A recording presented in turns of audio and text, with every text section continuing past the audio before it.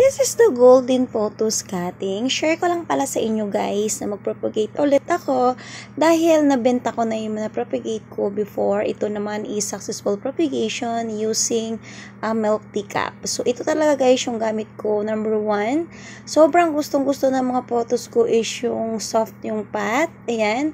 And then nililipat ko na lang sila tulad nito kapag stable na yung aking plants. So yung mga cup ng mga milk tea or any soft pot, pwede po siya natin gamitin para pampropagate ng ating plants kasi nakakatulong talaga yan para mabilis sila umugat.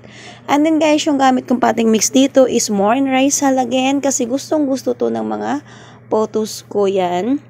Kinamay ko na guys, pero sure naman ako na malinis or okay yung potting mix ko kasi ako talaga yung gumagawa ng potting mix ko at hindi ako bumibili kasi hindi talaga ako sure kung secure yung ating mga potting mix or kung anong halo yung ginamit nila. Pero kapag allergy kayo sa lupa guys, gumamit kayo ng gloves kasi mahirap na ma-irritate yung ating balat or kamay. Ayan. Ito naman guys is pansin nyo more in dilaw yung kanyang variegation kasi ito is naaarawan. Yung isa kasing snake, ang isa kasing golden photos is hindi siya naaarawan kaya ang nangyari is hindi siya masyadong nagkaroon ng variegation. Alam nyo ba guys na yung araw, mostly morning sunlight is nakakatulong para para lalabas yung kulay ng ating variegation ng mga plants tulad nito. Ayan.